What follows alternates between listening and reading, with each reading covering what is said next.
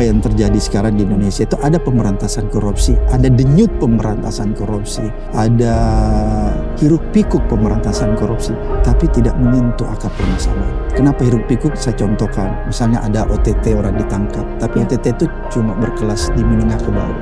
Ada duit yang dipamerkan sekitar 2 triliun di kejaksaan, itu memang hiruk pikuk. Ada gemuruh, saya bilang gitu. Kita boleh nangkap semua bupati, gubernur, bahkan menteri. Kalau kita tidak memperbaiki yang namanya judicial corruption kita, itu yang boleh dikatakan impossible. Belum lagi kalau kita lihat ada kasus-kasus yang menimbulkan pro kontra atau yang kita sebut kadang-kadang kriminalisasi. Misalnya kasus contoh lah, misalnya kasus Tom Lembong misalnya. Menurut Pak Abraham sekarang lembaga-lembaga penegak hukum kita punya kecenderungan atau bisa dikatakan terjadi juga korupsi di dalamnya? Iya, Pak Presiden, ini yang paling penting. Ini negara-negara selalu konsentrasi di sini, yaitu judicial corruption. Terus dia potong saya udah naikin gaji hakim. Terus saya bilang, zaman pemerintahan Pak Presiden Prabowo itu paling bisa dikatakan kalau kita buka paling banyak pemberian rehabilitasi, amnesti, abolisi kepada Tom Lembong, dan akhirnya kita publik melihat wah ini berarti kasus-kasus tertentu dengan karakter tertentu dengan alasan tertentu bisa kemudian harus diintervensi oleh eksekutif tadi, oleh presiden dalam hal ini untuk kemudian mengoreksi proses penyidikan hingga penuntutan yang dilakukan oleh penegak hukum kita termasuk KPK. Yang kasusnya Bu Ira itu bahkan rehabilitasi Pak, kan kalau bagi para pakar hukum gitu kan yang mengatakan bahwa rehabilitasi berarti artinya memang terjadi kesalahan prosedur penyidikan gitu. Berarti yang salah adalah penegak hukumnya.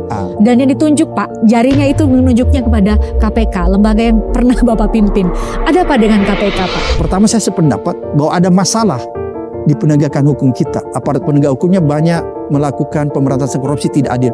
Banyak orang yang dikriminalisasi gitu. Tapi saya nggak setuju untuk mengoreksi itu keluar yang namanya abolisi, amnesti dan lain sebagainya yang datang dari presiden. Karena menurut saya itu berbahaya. Harus dikoreksi lewat proses yudisial. Dan saya khawatir kalau presidennya masih firm, no problem. Tapi suatu ketika kalau presidennya sudah bergeser, maka otoritas itu, kewenangan itu akan bisa disalahgunakan. Bayangkan misalnya kalau koruptornya itu berasal dari koalisinya mereka dan benar-benar korup, Chris. Kemudian dia mengambil decision, berikan abolisi. Bilang apa gitu? Kalau KPK-nya sekarang lemah, ya itu karena undang-undangnya yang meletakkan dia di bawah rumpun eksekutif. Jadi dia tidak sebebas seperti dulu lagi. Kenapa dia tidak sebebas seperti dulu lagi? Karena pegawainya ketika Undang-Undang 2019 itu disahkan, maka pegawainya harus beralih status. Jadi ASN ya? Jadi ASN atau pegawai negeri sipil. Oleh karena itu, pada saat itulah dimanfaatkan oleh orang yang bernama Firly. Melakukan tes wawasan kebangsaan ya kepada orang-orang KPK, dan ironinya Chris, tes wawasan kebangsaan yang dilakukan itu sebenarnya tujuan terselubungnya hanya menyingkirkan orang-orang yang berintegritas. Yang 57 orang kan, itu yang ironinya. Ini sekaligus saya menghimbau teman-teman saya, para pakar, hati-hati. Hati-hati kita digiring ke sana. Kan saya lihat banyaklah fenomena Amiris Kurai yang ditandatangani oleh para pakar-pakar. Hati-hati. Terima kasih forum ini, saya bisa mengingatkan teman-teman saya. Hati-hati dengan Amiris Kurai itu.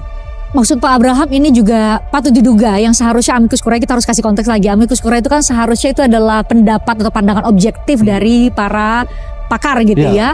Tapi hari-hari ini kemudian menurut Pak Abraham dan amatan Pak Abraham bisa jadi itu menjadi strategi untuk... Ini strategi para koruptor. Coba lihat, kenapa masif? Aku mau tanya Anda, kenapa masif sekarang? Semua, bahkan tidak ada satupun koruptor yang sekarang sedang diadili di pengadilan tidak memakai itu. Coba Chris lihat, ada enggak? Betul Pak. Apalagi kalau dia orang punya duit, pasti pakai itu.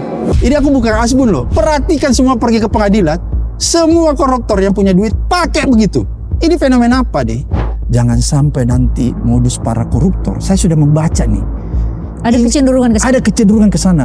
Selalu saya lihat ya, saya memperhatikan selalu mereka menerasikan bahwa mereka korban dari ketidakadilan, korban dari perilaku aparat yang korup.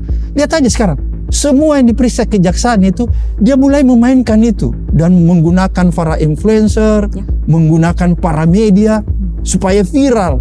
Peristiwa kayak Ira, kayak Lembong Masih ada yang lebih parah yang terjadi di pelosok, yang menimpa orang miskin, orang papa. Tapi kok mereka nggak dapat rehabilitasi? Kenapa nggak viral? Ini kan juga ketidakadilan. No viral, no justice. Itu di kepala mereka. Menurut saya gini, udahlah. Kalau you memang peduli terhadap keadilan, kenapa you nggak bikin Amis Kurai yang menimpa rakyat jelata yang ada di desa? Ada nggak pernah orang buat Amis Kurai itu? Orang yang nggak punya duit? Ya ada.